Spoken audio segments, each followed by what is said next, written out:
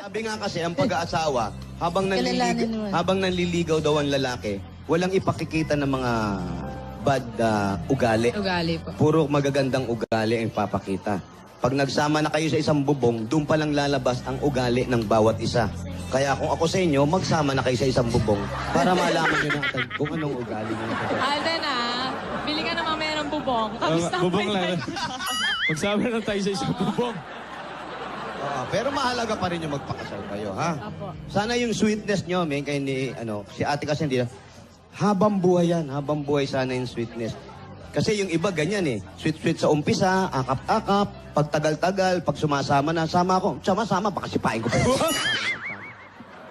Ate, lagi magkadikit, lagi magkahawak, holding hands.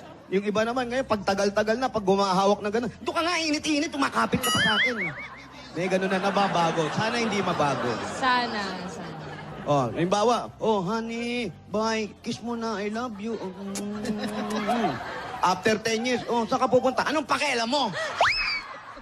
Hindi ka man mahalik sa akin. Anong halik? Apir na lang. Halik. Barkada na lang. Appear na lang. Barkada. So, huwag babaguhin, ha? Sana ma-maintain natin yan, ha?